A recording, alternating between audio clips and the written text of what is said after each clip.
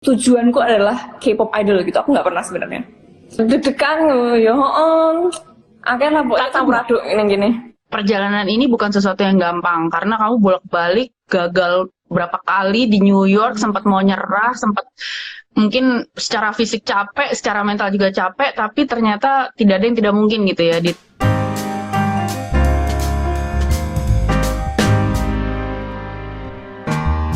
Halo teman-teman, aku sekarang lagi mau live bersama teman aku di Takarang.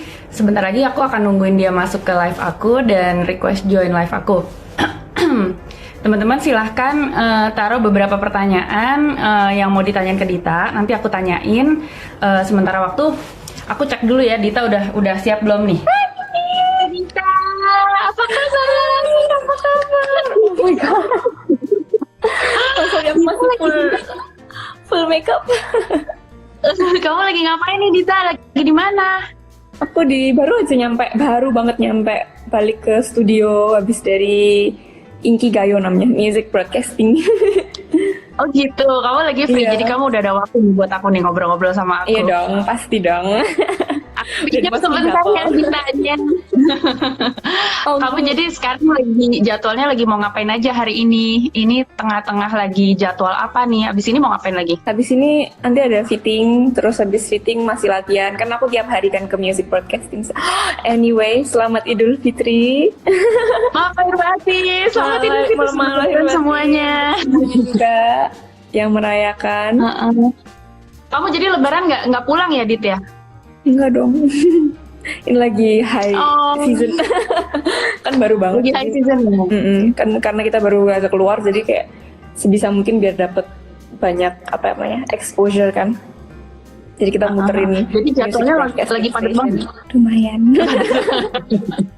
Mengganggu dengan series. Dan tiap hari kan ada broadcasting lain, channel-channel lain juga kan. Jadi wawancara radio apa di TV segala macam gitu ya Dit ya? Iya. TV belum sih, tapi radio besok ada. Dit, di sana corona kayak gimana Dit? Pandemi ada dampaknya nggak? Mereka ada PSBB gitu nggak sih, kayak social distancing? Apakah itu mempengaruhi jadwal kamu promosi atau enggak? Sebenarnya mungkin ada yang udah tahu, ada yang belum juga. Aku harusnya debutin 26 Maret. Oke. Tapi karena di Korea kan parahnya kemarin-kemarin ya, kira-kira Februari pertengahan lah gitu. Kemarin sempat parah-parahnya di situ, terus jadi kita nggak bisa ngapa-ngapain, keluar juga nggak bisa, salon nggak ada yang buka. Terus music broadcasting station juga semuanya tutup gitu kan. Kalau nggak tutup ya pokoknya jadwalnya dikurangin banget gitulah. Sebisa mungkin kan nggak kontak sama orang soalnya. Jadi waktu itu kita nggak bisa persiapan apa-apa, nggak bisa syuting video klip, nggak bisa ngapa-ngapain. Jadi akhirnya diundur. Jadi jadi 19 Mei itu. 19 Mei, dan 19 Mei sudah lebih kondusif gitu ya. Keadaannya kayak gimana sekarang? Dit, sepi nggak acara-acara gitu atau tetap ramai? Untuk music broadcasting sih nggak boleh ada fans kan, tadinya biasanya kan boleh ada penonton kan. Ada fans. Terus kalau yang sekarang nggak boleh masuk sama sekali, jadi cuma staff aja di sekitar situ, dan setiap masuk pasti dicek. Jadi cuma kamera aja gitu ya? Jadi cuma yang boleh sama masuk kamera doang gitu? Penyanyi sama ya manajernya, penyanyi sama staff itu aja gitu. Tapi yang jelas pengen banget sebenarnya kan ketemu secara langsung gitu kan, pasti kan lebih hype gitu. Pengen tahu apa ya reaksinya penonton kayak gimana sih gitu ya, melihat di video kan paling ditunggu-tunggu ya kan, buat karena pengennya perform depan orang, tapi ya. Berarti selama ini Iya, berarti yang selama ini kalian lakukan baru melihat responnya secara ini ya, sosial media aja ya, komen-komen dan gitu, online gitu ya. So far kayak gimana Dit? Kalau di Korea, aku kan nggak tahu bahasa Korea dan aku terus terang baru banget nih mempelajari Koreaan. Aku baru nonton drama Korea dan terus terang kalau K-pop aku belum pernah ngikutin, jadi aku harus belajar banget. Yang aku wawancara kamu, aku banyak riset dulu. Please maklumi kalau aku banyak nggak tahu, boleh nggak diceritain kayak gimana selama ini kalau kamu lihat responnya di Korea sendiri? Respon di Korea sih, jujur kita fans memang mau lebih banyak sih, fans luar kan masihan. Jadi dan kita juga belum karena belum bisa ketemu. Gimana? lebih banyak fans luar Korea. Iya. Oke, jadi kan lebih selama banyak ini dari kan negara apa tuh? online macam-macam, semuanya online gitu kan. Jadi dan sekarang juga semua orang di rumah mungkin, jadi cuma bisa lihat YouTube seharian gitu. Jadi video-video kita juga kayak banyak yang ngeliat, jadi kayaknya fans luar jauh lebih banyak daripada fans Korea. Jadi kita Banyaknya negara apa aja Dit kalau fans luar? fans luar kalau nunjukin satu apa ya? Negara ASEAN, negara apa aja, negara tetangga Korea gitu. Kayak kadang-kadang apa Indonesia? kalau lewat-lewat Indonesia sih pasti banyak. Terus tapi kayak kalau lihat-lihat gitu komen-komenan gitu kayak Brazil lah, ada Spanyol gitu kayak Oh iya, macam-macam. Aku juga kayak ya ampun, bisa juga ya, aku bisa bisa juga ya kita nih dilihat orang-orang di mana-mana. Hebat ya kamu. Jadi mungkin buat teman-teman followers, teman-teman yang udah followers Dita maupun followers aku dan yang sekarang lagi tune in di acara live IG aku bersama Dita, aku mau share dulu nih, sebenarnya kemarin sempat ada beberapa pertanyaan juga ya Dita, kalian kenal dari mana sih? Mungkin kayak 2 tahun lalu ya Dita ya, aku sama Dita tuh ketemu di New York dan nggak banyak orang yang tahu sebenarnya aku kenal Dita tuh dari kecil. Dita masih kecil banget. Ini aku cerita dulu ya Dit ya, kamu tolong silahkan nambahin kalau misalnya ini. Jadi sebagai pembuka nih aku mau cerita dulu sebenarnya gimana sih aku tuh bisa kenal sama Dita. Jadi dulu waktu aku tahun 2008 apa 2007 gitu, aku kan syuting film Drupadi teman-teman di Jogja. Dan kalau di Jogja itu adalah kampung halamannya Dita dan ibunya Dita, keluarganya Dita, dan juga kampung halamannya manajer aku yaitu Mas Wisnu. Nah, Mas Wisnu ini adalah teman baik dengan ibunya Dita dan juga tantenya Dita, Mbak Aida, Mbak Mega, gitu, Mas Chandra. Terus habis itu pas aku syuting di Jogja, biasanya buat film 3 Doa 3 Cinta, terus Drupadi, aku tuh pasti numpang di rumahnya Mbak Aida atau Mbak Mega Kasang. Dan pas lagi Drupadi tuh kalau nggak salah dulu tuh prosesnya lumayan agak panjang. Aku sempat harus nginep beberapa minggu di Jogja untuk apa ya, belajar nari di padepokannya Pak Bagong. Terus habis itu salah satu penginapan yang aku tuju adalah rumahnya Mbak Mega, which is rumahnya Dita. Jadi aku sempat jadi ini ya, jadi kayak anak kos gitu di rumahnya Dita beberapa minggu. Bener-bener pagi. Jadi sarapan kucuk gitu, sarapan sama keluarga mereka. Dulu Dita masih SMP lah di depan. Aku lari-lari ke sekeliling rumah ya Dit ya. Pagi-pagi kamu berangkat sekolah tuh masih balet-balet gitu ya Dit ya. Aku nunggu kamu pulang sekolah gitu. Jadi Dita waktu itu SMP ya? SMP apa SD sih Dit? 2007 2008. SD. SD? Astaga, teman-teman aku Aku pernah SD juga. Jadi dulu aku ngeliat Dita tuh kayak aduh nih anak manis sekali, kerjaannya dia balet, dia dulu balerina yang disiplin sekali, tiap hari ada les balet dan les nari apa aja sih waktu itu kamu Dit? Macam-macam kan? Ballroom. Sempet juga kan, aku sempet tuh kayak nari Bali juga gitu kan. Nari Bali juga, iyalah kamu pasti harus nari Bali, itu wajib kan kalau keluarga kamu. Iya. Jadi teman-teman, ini anak memang dari SD adalah anak yang lesnya tuh berjibun. Mungkin kalau kamu lesnya 1 atau 2, kalau Dita tuh dari Senin sampai Sabtu atau sampai Minggu masih ada lesnya. Jadi aku justru yang di umur 20 berapa ya waktu itu, aku umurnya 22, 23, aku baru mulai belajar nari Jawa. Aku merasa ciut dan minder sama yang namanya Dita ini. Karena dia dari kecil dia udah disiplin nari dan segala macam. Jadi kayak menari itu udah sesuatu yang di luar kepalanya dia. Nah, terus sekarang yang aku nggak nyangka adalah Dita itu sekarang sukses. Sempat yang pas beberapa tahun lalu kita ketemu di New York, Dita itu lagi ini ya, lagi boleh cerita nggak sih sedikit? Waktu itu kamu di New York tuh ngapain? Apa aja pengalamannya dan apa hubungannya, dan sekarang kan kamu sekarang di Korea, itu kan berubah banget tuh. Boleh nggak ceritain sedikit mungkin buat mereka-mereka yang belum tahu perjalanan karir kamu selama ini tuh kayak gimana sih, Dit? Karena aku emang suka dance kan dari dulu.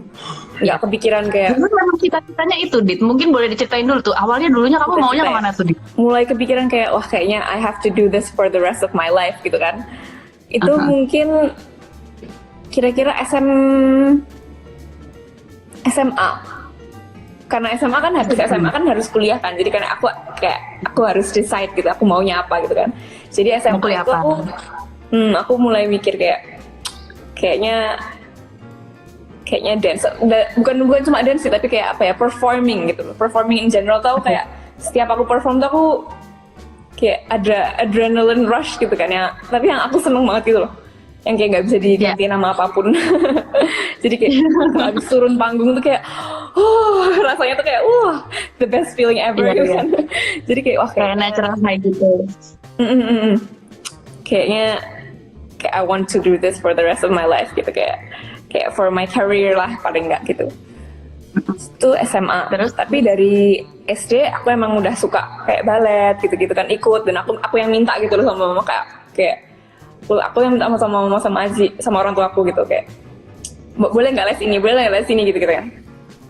Terus SMP aku baru kayak into K-pop tuh SMP, karena ada yang namanya cover dance gitu-gitu kan. Kamu dulu pertama kali suka apa? 21. 21, oke. Jadi aku cover 21 sama teman-teman aku. Terus ikut lomba gini-gini kan. Terus aku mulai to get the taste of kayak ini, kalau aku K-pop kayak gini nih feelingnya gitu kan, karena lagunya segala macam gitu kan. Kostum-kostumnya juga. Terus habis kayak asik juga ya. Aku udah di SMP itu aku kayak I'm into K-pop lah. Gitu. Tapi kayak aku nggak pernah kepikiran aku kayak tujuanku adalah K-pop idol gitu. Aku nggak pernah sebenarnya. Cuma terus SMA gitu-gitu aku kayak performing, aku pengen perform lah pokoknya intinya. Jadi kayak tapi kan gimana ya, untuk keluarga juga mungkin kayak performing for your kerjaan gitu, kayak jadi performer mungkin kerjaan itu bukan cuma sampingan hobi gitu ya. You know. Bisa jadi gitu kan. Tapi kayak ya mereka juga tahu betapa enjoynya aku kalau aku perform segala macam.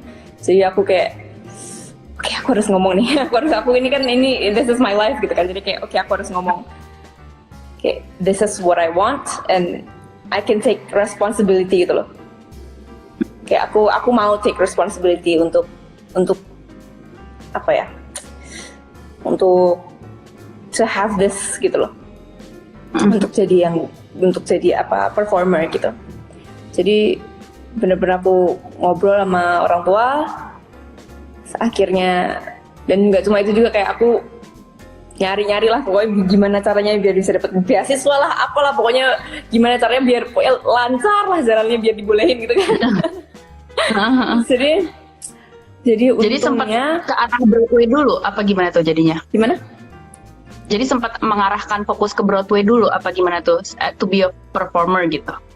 To be a performer waktu itu aku daftarnya juga nggak cuma sekolah Broadway kok. Jadi kayak karena aku base-nya dance kan, jadi aku daftarnya di sekolah di AMDA itu, dia musical school tapi ada jurusan dance gitu.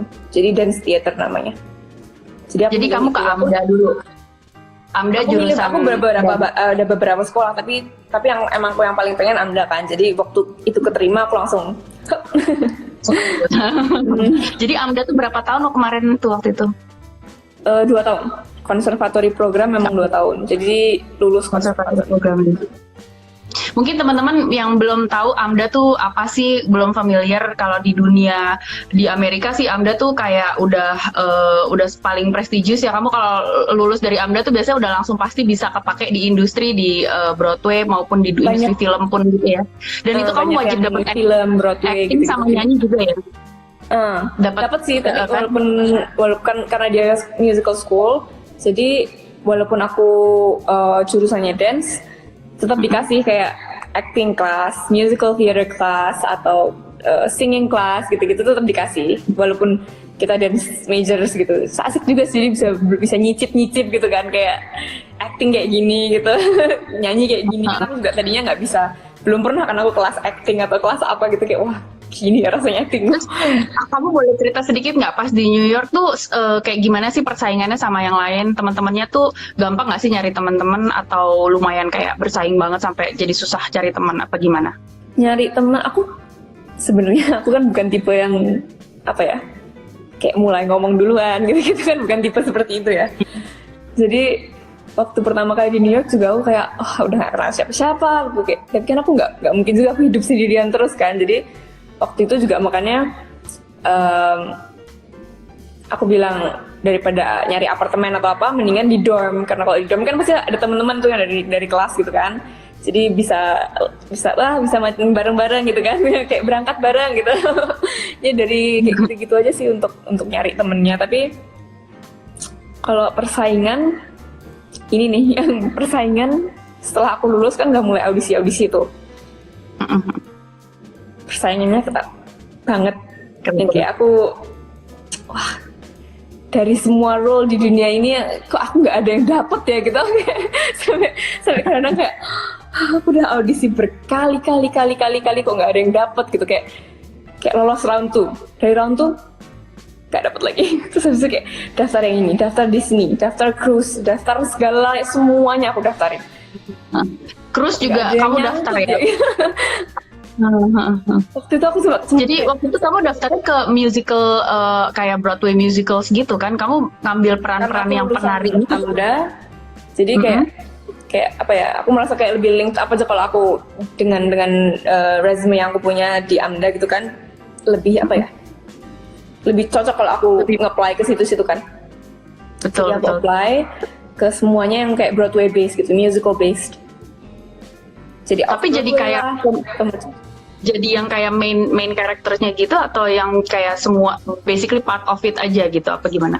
Aku biasanya apply terus nanti mereka yang kan, kalau itu kan kayak ada, kalau di Broadway itu apa ya, kayak stereotype gitu, kayak typing kan udah ada kan. Jadi misalnya karakter ini perlu yang blonde, yang ini yang itu gitu kan udah ada kan.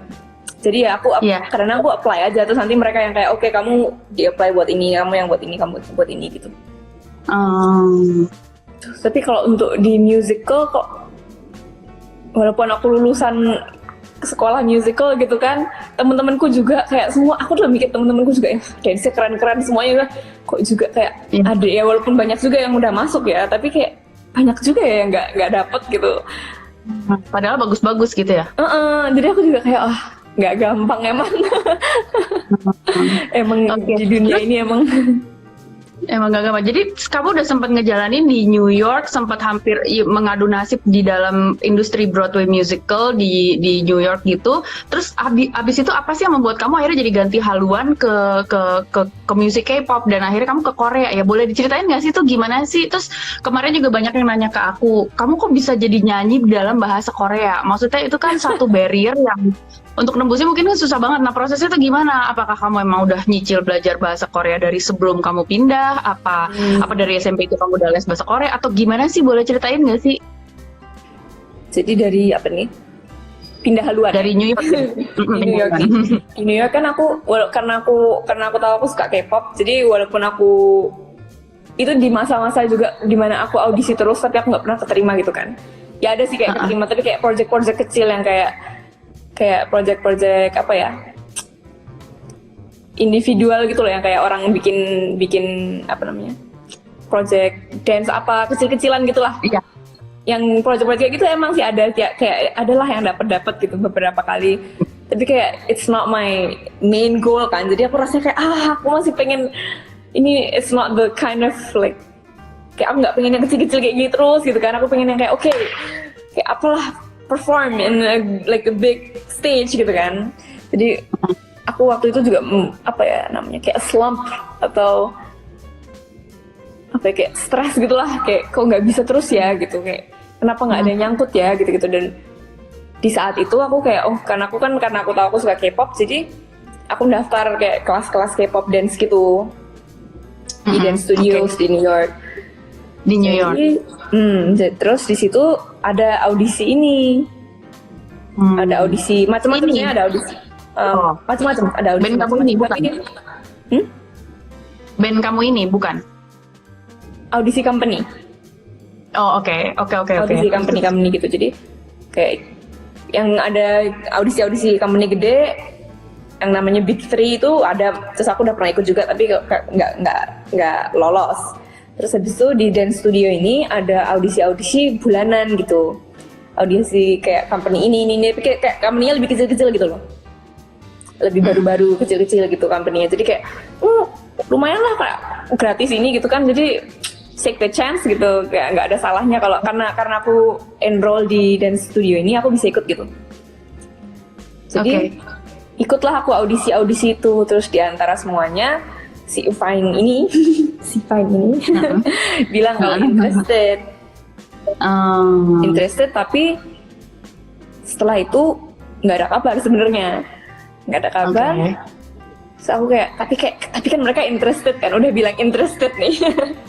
Jadi waktu aku dari sana aku pulang ke Indonesia, dari aku di New York aku pulang ke Indonesia, aku bilang ke orang tua aku kayak aku pengen ikut 1 million gitu. Terus aku pengen ikut karena aku pengen ikut 1 million dance kan di Korea nih. Sekalian aku mau di sini lagi ke company ini lagi karena mereka udah bilang interested. Aku kayak ini kalau di ini dikit kayaknya masuk nih gitu kan. Jadi aku datang ke Korea sendirian, gak kenal siapa-siapa juga. Bisa ngomong Korea nggak waktu itu? Udah bisa ngomong Korea belum waktu itu? Belum bisa. Oke. Terus. Aku lumayan ini juga ya, pemberani. Nekat. Terus gaspol. Terus selagi aku ikut 1 Million Dance ini aku audisi lagi, terus akhirnya diterima lah. Saat itu juga mereka kayak oke, kita seneng kamu, kayak kita perlu ini lagi bilangnya perlu deh sekarang. Kayak kita perlu ini saya kayak oke, akhirnya masuklah aku keterima. Terus aku mulai training. Aku juga mulai les bahasa. Di sini setiap hari aku les bahasa. Terus aku tahu kayak karena bahasa kan, karena aku pengennya debut di sini, aku harus bisa bahasa Korea dong. Masa kayak aku datang ke negara orang, aku cuma pengen debut aja, nggak bisa ini itu gitu kan. Nggak bisa gitu kan.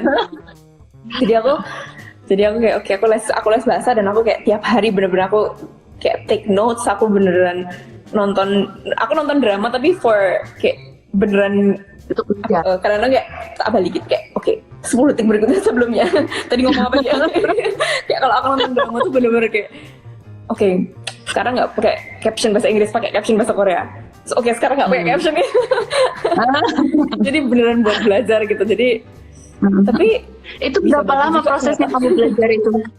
Oh ya, prosesnya berapa lama tuh dari mulai belajar sampai akhirnya kamu jadi mulai bisa ngobrol?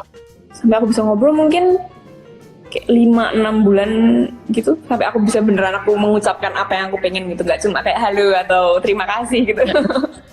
Mungkin kayak 5-6 bulan atau tapi itu jalan terus ya sampai sekarang juga, karena aku kayak mau ngomong apa gitu nggak keluar, kayak udahlah usah.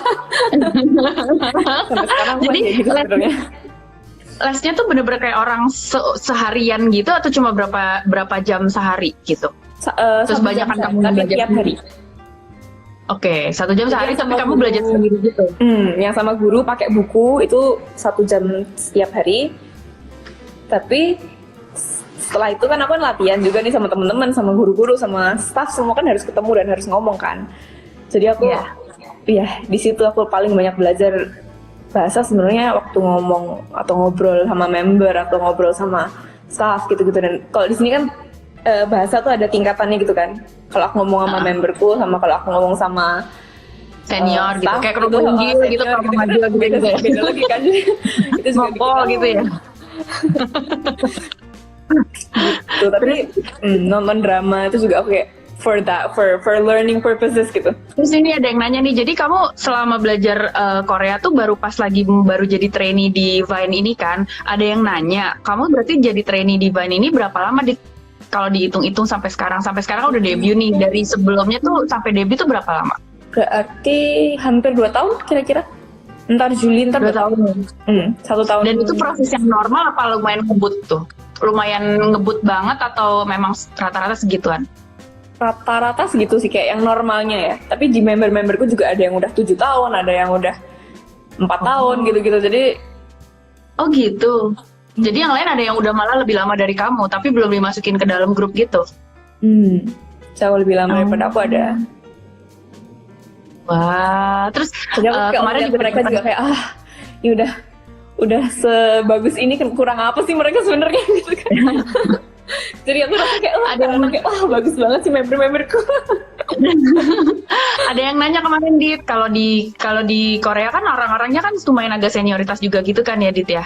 Nah, kira-kira kalau kamu gitu ketemu sama kayak mungkin anggota yang lain tapi yang udah lebih senior daripada kamu tuh kayak gimana sih gitu? Harus ada kayak unggah-ungguhnya gitu nggak sih? Kayak ada kesulitan nggak sih untuk mengadaptasi culture seperti itu? Tapi balik lagi karena aku udah punya interest di dunia per K-popan ini, jadi kayak aku udah belajar lebih dulu gitu loh sebelum aku masuk. Kayak gimana sih budayanya gitu-gitu. Jadi walaupun aku harus adaptasi, kayak aku tahu aku harus adaptasi dan aku tahu kayak this will happen gitu loh eventually. Jadi aku kayak waktu aku datang aku juga udah kayak oke, karena dia senior aku harus gini ya, karena dia lebih tua aku harus gini gitu. Jadi kesulitan sebenarnya karena aku prepared. oke. Karena aku udah kayak tahu what I'm getting myself into gitu kan. Dulu gitu kan. Jadi walaupun susah dilewatin aja lah gitu, kayak dijalanin aja gitu. Toh ini yang aku pilih gitu kayak. Kalau gitu, kalau boleh kamu perbandingkan gitu, waktu dulu kamu susahnya berjuang di New York dengan industri Broadway musical di New York, sekarang sama budaya Korea yang K-pop yang juga nggak kalah apa ya, ketat banget gitu ya jadwalnya dan disiplinnya. Kira-kira kayak gimana sih perbandingannya, lebih enak mana? Atau lebih nggak enak yang mana misalnya? Kalau mau pointing out lebih nggak enaknya kayaknya susah deh. Soalnya waktu di New York sama-sama nggak enak. Sama-sama plus minus gitu kan. Oh gitu ya. Kalau di New York kan emang lebih santai gini. Tapi aku tahu kayak apa ya, untuk aku untuk aku tuh kayak presentasi aku dapat role yang gede gitu tuh nggak banyak gitu loh. Itu minusnya, tapi plusnya orang-orang kerja tuh kayak ya senioritas gitu kan nggak ada kan. Iya. Jadi kalau di sini malah ada banget. Kalau di sini aku tahu kayak oke, aku kayak I can work myself to fit the apa ya, kayak standards lah gitu. Kalau di sini, jadi itu plusnya, tapi ya minusnya pasti ada juga. Beberapa. Ada pertanyaan yang sebenarnya menarik nih. Kita kan dari fans-fans di Indonesia kan ngelihatnya dari luar kan. Maksudnya kita nggak tahu gimana sih beratnya secara buat mental ya, buat psikologis seorang personil yang menjalani disiplin trainee sampai akhirnya punya debut gitu di industri Korea. Industri Korea itu kan baik K-popnya maupun K-dramanya tuh sama-sama disiplin gitu, dan itu menyangkut banyaknya perusahaan yang mungkin investasinya juga sangat besar gitu loh. Jadi kayak pressure dan beban disiplinnya juga besar sekali. Kan kita juga pernah tahu ada beberapa bintang yang mungkin ada yang sampai terpengaruh secara psikologis. Pendapat kamu kayak gimana, Dit? Kamu sebagai orang yang juga pendatang gitu ya dari Indonesia yang mungkin pasti banyak beradaptasi, ada ketakutan nggak sih? Terus kira-kira bagaimana semangat kamu untuk menghadapi kemungkinan-kemungkinan yang mungkin paling jelek yang bisa dihadapin gitu loh, secara pressure psikologis gitu loh. Kira-kira seberapa siap sih kamu gitu? Menurut aku bener kayak capeknya tuh bener, karena kayak, dan yang aku merasakan, aku juga udah ngedance dari dulu, aku kira aku bakalan capek fisik. Ternyata capek mentalnya lebih banyak. Oh gitu. Iya, jadi lebih di hati ya. Gimana dong? Aku juga nyadar kayak it's important to have someone to talk to. Dan aku kayak punya member, karena aku di sini nggak terlalu kenal siapa-siapa kan. Jadi aku pasti ngobrol-ngobrolin juga sama memberku, kayak apalagi yang udah lama gitu kan training di sini, kayak ini emang biasa nggak sih kalau aku ngerasa kayak gini, kayak aku ngerasa aku udah training tapi kayak tiap hari kayak aku ngelakuin hal yang sama terus capek doang, tapi kayak nggak nambah kayak segitu aja gitu loh rasanya. Tapi ini bener nggak sih gitu. Terus waktu training dulu juga kenapa nggak debut kayak nggak ada kepastian gitu, jadi kita kayak capek apa ya, daripada capek. Belum kelihatan hilalnya apa debutnya gitu ya kayak gitu. Tapi sekarang udah debut dong. Iya, tapi sekarang bagian capek yang itu udah pas. Oke. Terus kira-kira ada nggak sih input dari mungkin dari coach apa dari trainernya yang mungkin sesuatu yang mungkin kamu sempat nggak siap gitu hadapin? Ada nggak sih kayak proses itu? Terus mungkin sekarang kamu udah lebih ngerti gitu gimana hadapinnya? Atau jangan-jangan selama ini karena kamu selama ini nari, kamu emang udah biasa banget, dapat input seperti itu gitu loh, input-input yang agak keras atau mungkin yang lebih kan soalnya kamu nari dan perform kan menggunakan banyak fisik kamu kan, jadi orang mungkin ngasih masukan yang mungkin kok jadinya kok fisik doang gitu loh. Pernah nggak sih kerasa kok aduh kok secara personal kok gue kena ya gitu, gimana kayak gimana, ada cerita nggak Dit kayak gitu? Kalau untuk nyanyinya, aku emang aku kadang-kadang aku minta dikasih input karena aku kan emang bukan base-nya kan nggak nyanyi. Jadi baru belajar apalagi ini bahasa ya. Korea lagi gitu kan. Jadi waktu kemarin persiapan recording segala macam juga aku kayak sampai sama teman-teman Korea aku kayak ini udah bener belum, tapi ini jelas nggak, ini udah kayak orang Korea belum kalau aku ngomong kayak gini. Jadi kalau untuk nyanyi Tapi emang sebelum aku lanjutin, aku boleh nggak, sorry aku potong dikit, teman-teman, I have to say kemarin pas aku lihat video klip kamu yang debut itu kan kamu nyanyi ada berapa verse tuh bagiannya kamu doang solo. Yeah. Aku terus terang mikir di situ suara kamu bagus sekali. Maksud aku I don't want to compare karena aku paling menghindari mengcompare satu perempuan dengan perempuan yang lain. Tapi to be honest, personally aku merasa suara kamu Dita itu termasuk yang paling bagus di situ dan aku bangga banget. Maksudnya sebagai seorang penari ya yang bukan penyanyi gitu, yang baru mulai tapi kok suaranya paling bagus dia. Kalau aku menurut aku loh ya, aku nggak tahu kalau menurut orang lain. Cuma kalau menurut aku, waduh, bagus banget suaranya. Aku sampai terharu. Maksud aku yang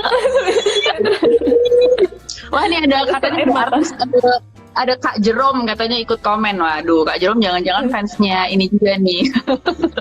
Girl band K-pop Korea. Kok bisa sih kamu jadi suaranya bagus banget gitu, Dit? Menurut aku kamu keren banget loh suara kamu. Maksudnya maksudnya teman kamu kan emang ada yang jago solo yang suaranya tinggi-tinggi tuh. Tapi kalau kamu tapi artikulasi suara kamu tuh menurut aku asik banget karakternya, dan aku tuh cukup Indonesia direpresentasikan, diwakilkan oleh satu keluarga. Karena udah kamu dan saya aku bakalan dapet tapi suaranya juga paling keren banget. Aku tuh kayak bagus sekali waktunya dunia melihat anak Indonesia, anak ini membanggakan. Gimana sih kamu gimana? Aku bilang sih kamu paling bagus suaranya. Well, how do you feel about your own voice setelah akhirnya kamu nyoba jadi penyanyi ya? Iya, nyoba jadi penyanyi. Karena aku selama ini aku nggak pernah merasa aku penyanyi sebenarnya. Waktu aku masuk pun juga aku masuk lewat dance kan, kayak aku masuknya kayak mereka perlu dance waktu itu, orang yang bisa dance gitu kan. Jadi aku masuknya waktu itu cuma audisinya dance doang. Jadi juga mereka juga ngerti aku juga waktu itu juga ngerti aku punya paling nggak aku bisa lah nyanyi lah gitu kan, paling nggak dikit-dikit gitu kan. Jadi aku ikut di sini kan juga pasti kan dapat kelas-kelas tiap hari gitu kan, kelas nyanyi juga ada gitu-gitu. Ya udah aku belajar apa yang aku dapat aja dari guruku terus-terusan gitu. Tapi aku nggak ngerti juga bisa dapat this much love dari orang-orang. Ya ampun, her deep voice kayak. Tapi do you like it? Like, do you like your own voice? Do you like the projection of your own voice? What do you think? I mean, you should feel good or you should feel I still wanna improve gitu. What do you think? Kalau aku bilang sih suara kamu bagus sekali. Gitu ya. Of course I still wanna improve kan, karena of course I have a lot of punya banyak space untuk improvement karena aku baru banget nyanyi juga baru ini kan nyoba nyicip gitu kan. Jadi aku masih punya banyak space for improvement sih I think. Tapi untuk lagu ini for real I did the best I can. Dan itu cepet banget. Aku ingat waktu aku latihan lagu ini aku kayak wah, ini aku nge-rap juga nih lama-lama. Kenapa? Korea dan cepet banget gitu.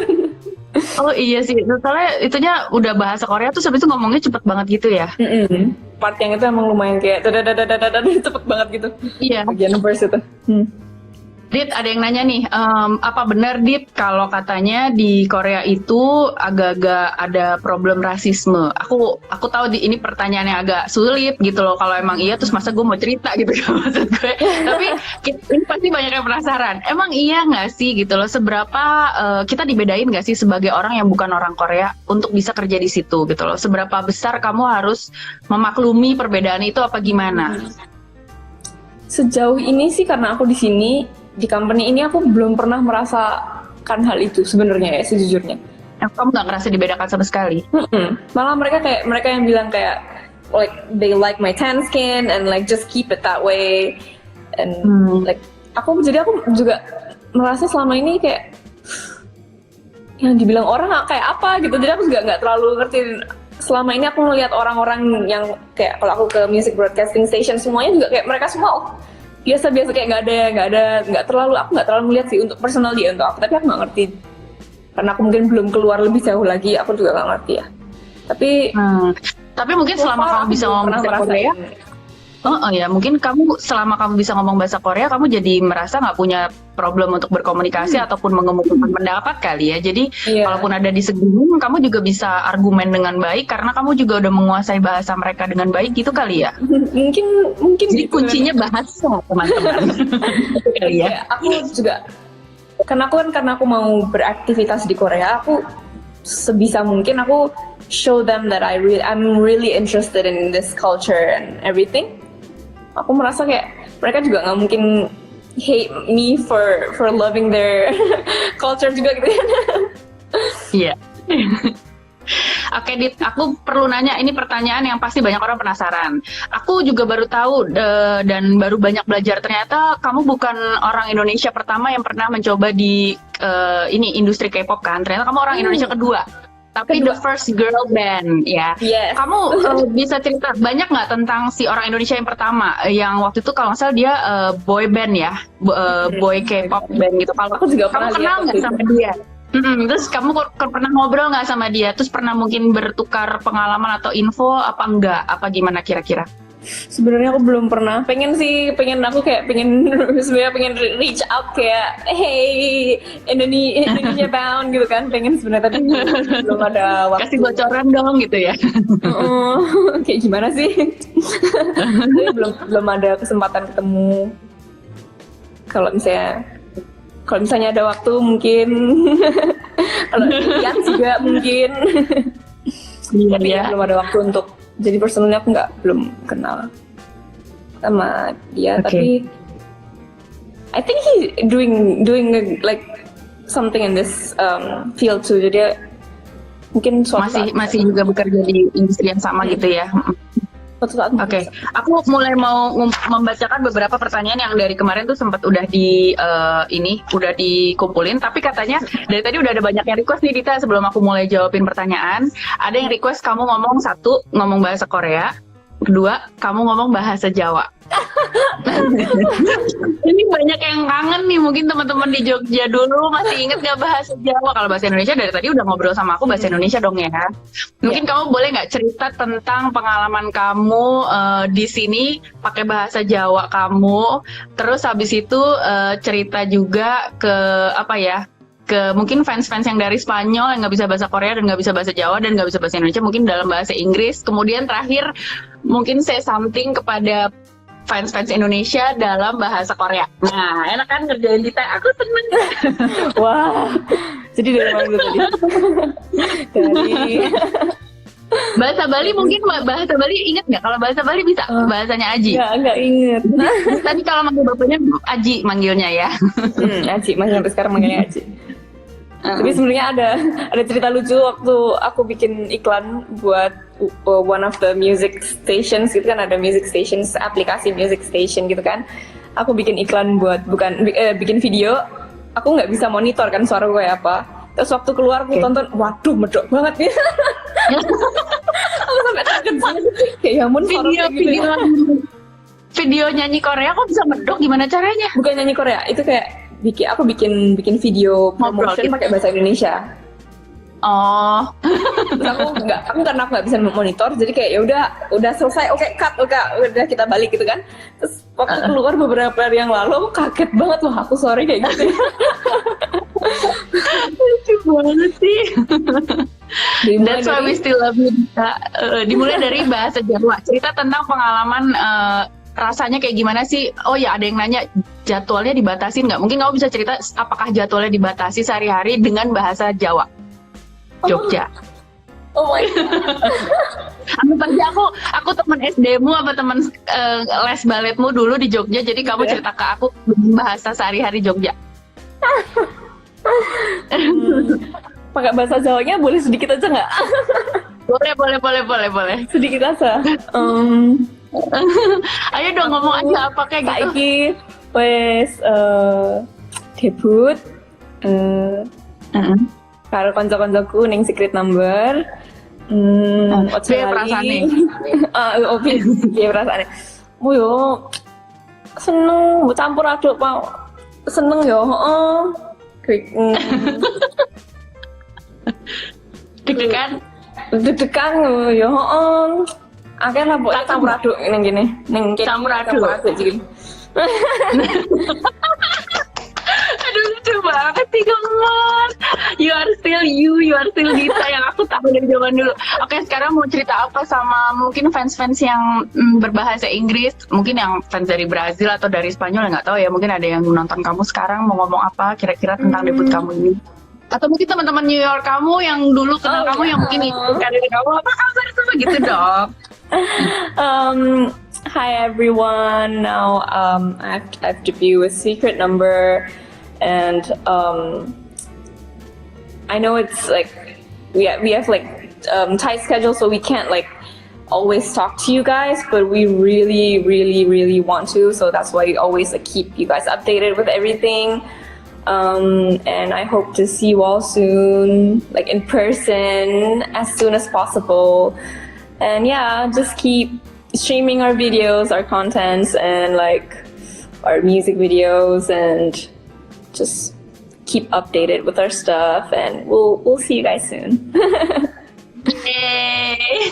Terus mungkin terakhir nih request ngomong bahasa Korea karena kita semua pada amazed dan terpesona banget sama kehebatan kamu berbahasa Korea dan nyanyi dalam bahasa Korea dengan selus itu, sefasih itu, dengan logat yang Korea banget. Tadi aku kalau nggak salah aku ngelihat denger dia ngomong Jawa aja kayak ada bahasa Korea aja gitu, kayak ada kayak karena gitu kan, kayak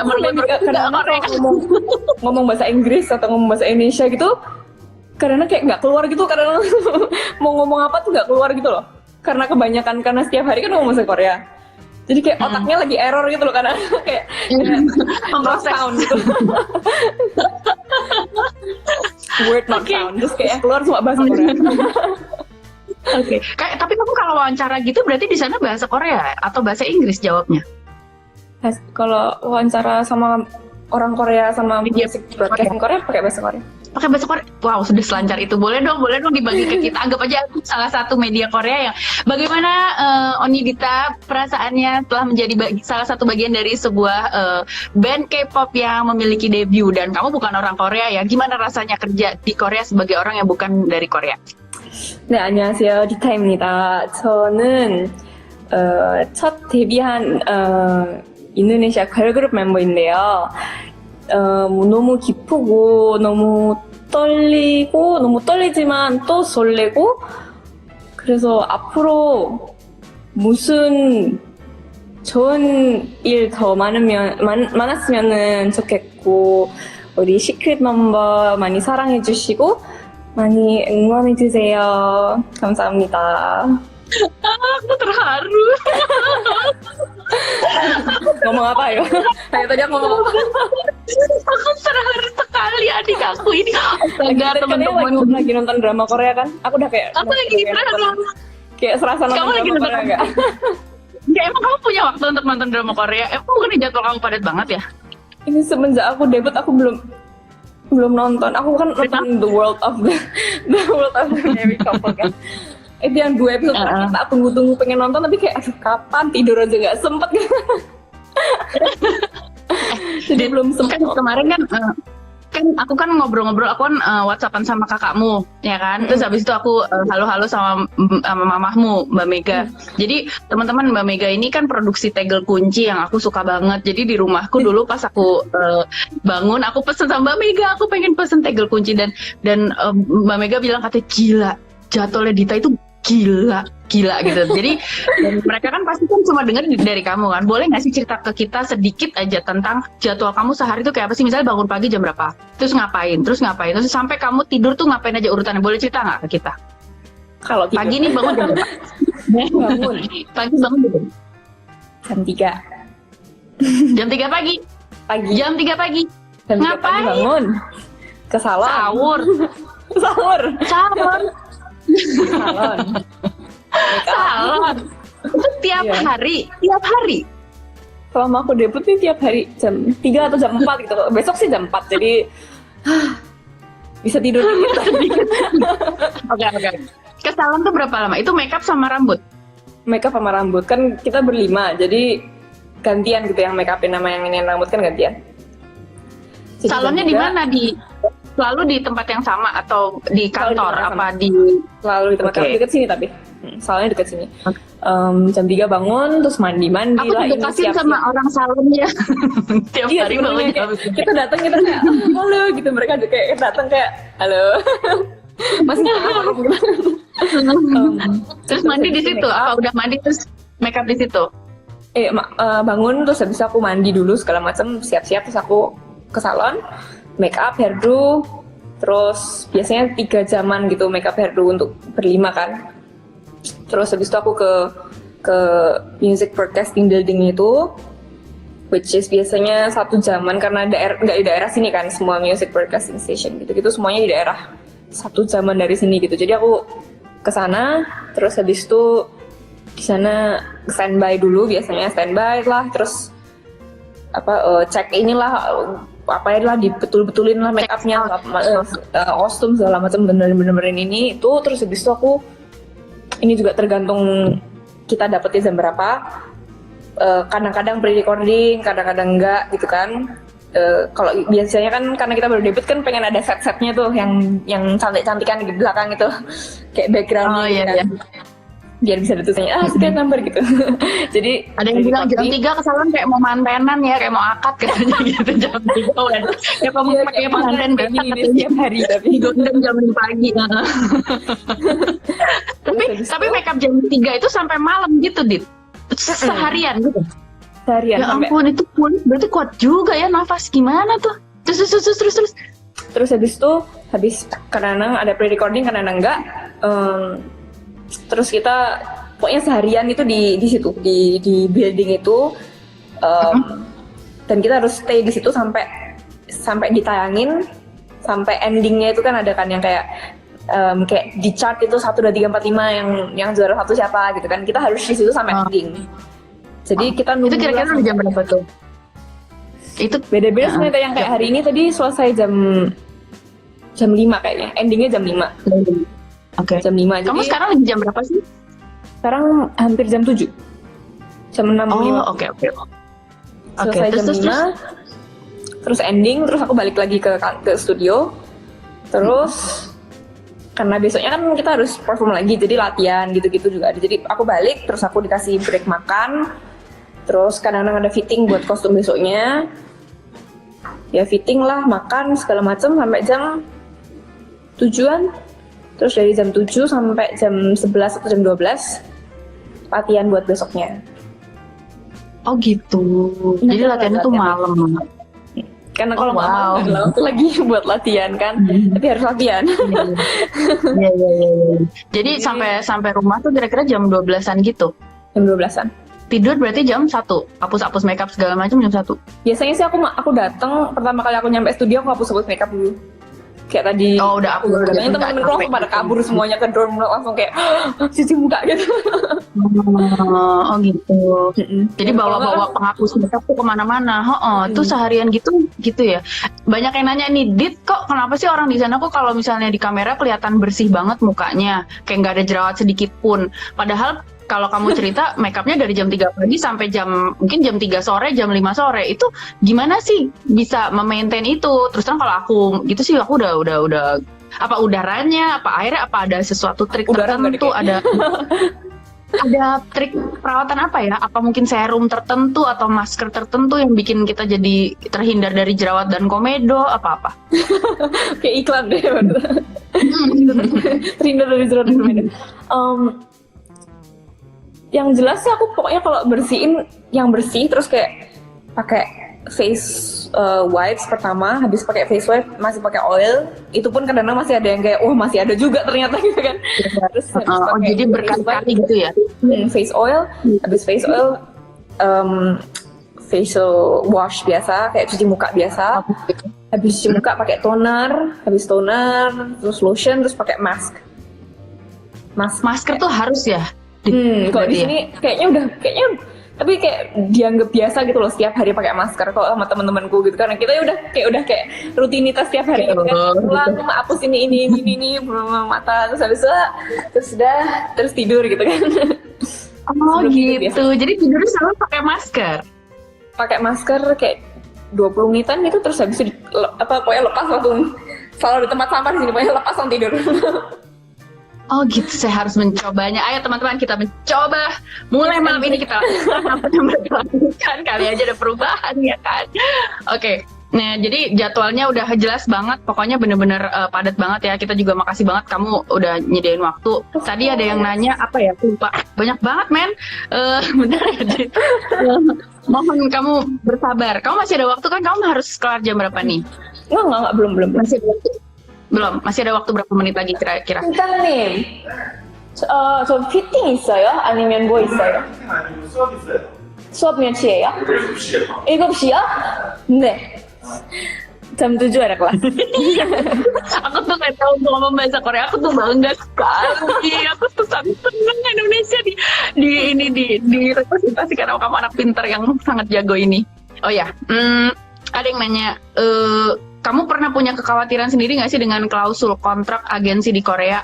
Ini how to survive di industri K-pop di era sosial media. Ini dari Anvi Project.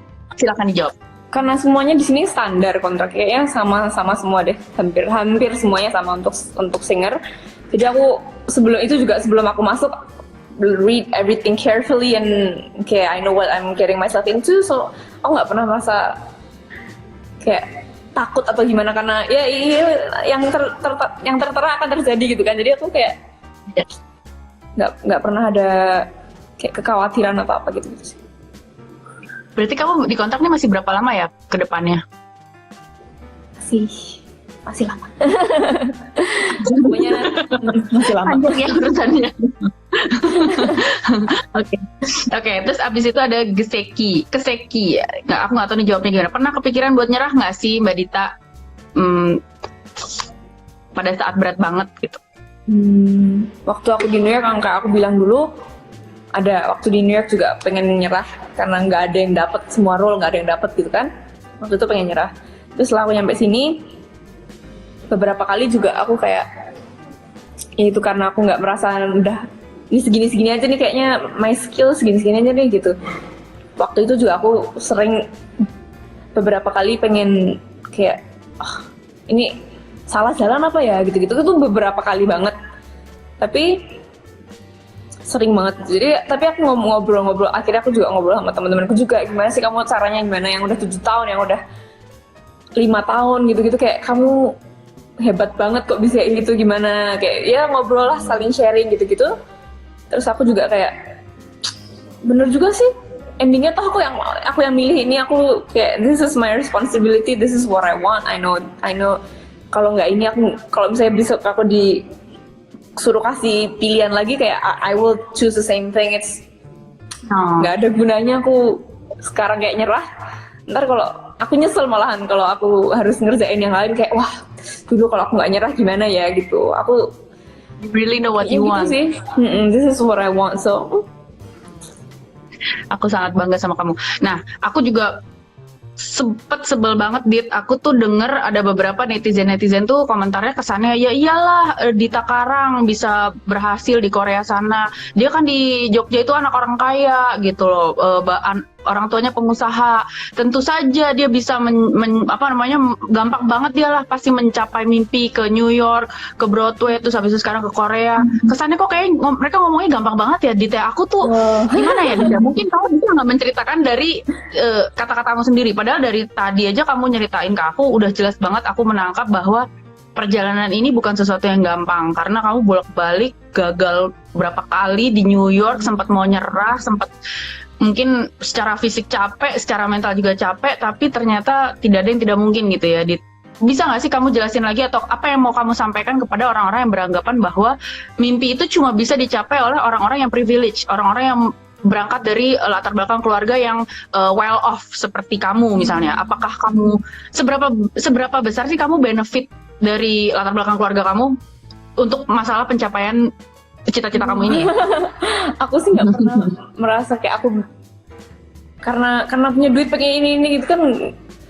No, aku juga waktu aku kuliah aku benar-benar, karena aku tahu ini bukan yang nggak normal ya, tapi apa ya, karena ini bukan jalan yang normal gitu. Waktu itu aku juga kayak yang populer gitu ya, yang mainstream gitu ya. Jadi aku sebelum aku milih itu juga aku benar-benar bilang kayak oke, kita harus sit and talk sama orang tua, sama aku sama mama sama Aji, aku pokoknya we have to talk about this and my future, and kayak aku bilang aku bisa apply untuk beasiswa, akhirnya dapat juga walaupun nggak full, tapi kayak of course mereka juga ngelihat mungkin kamu dapat beasiswa ya Dit?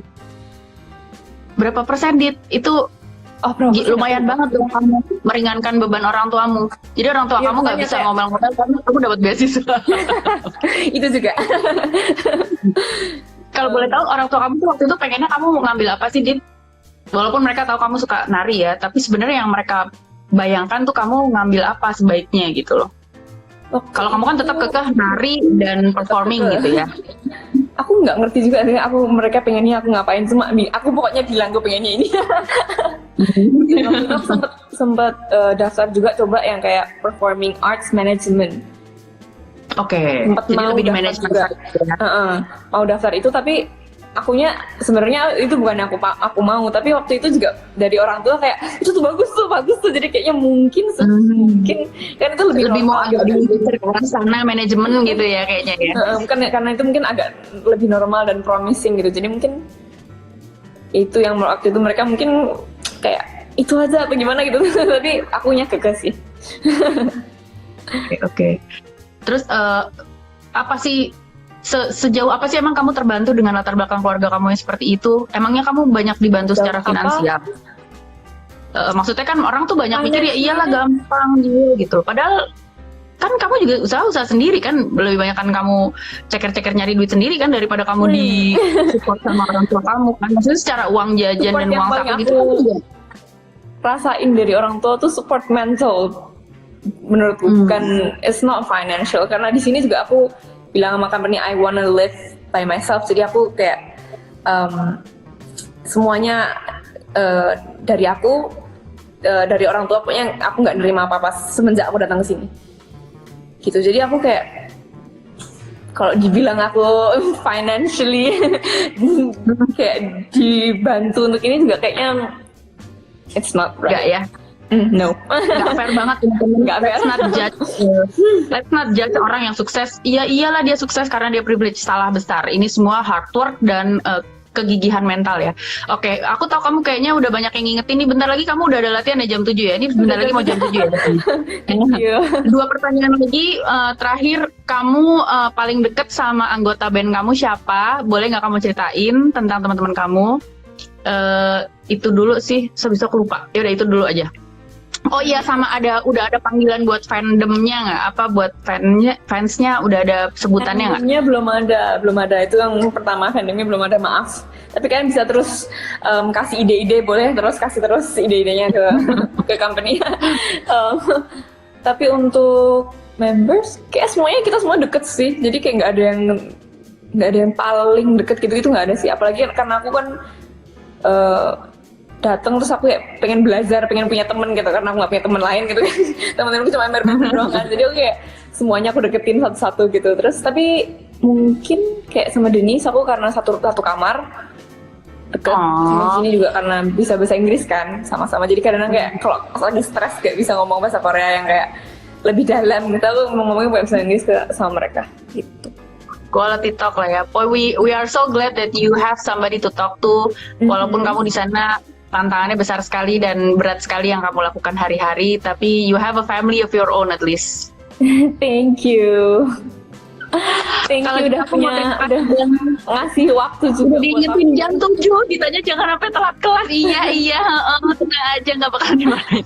Saja NIM-nya bilangin makasih banget udah dipinjem, ditanya. Terima kasih banget buat manajemennya Dita.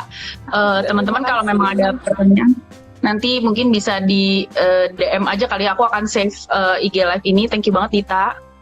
We love you. Thank you juga Kita semua doain.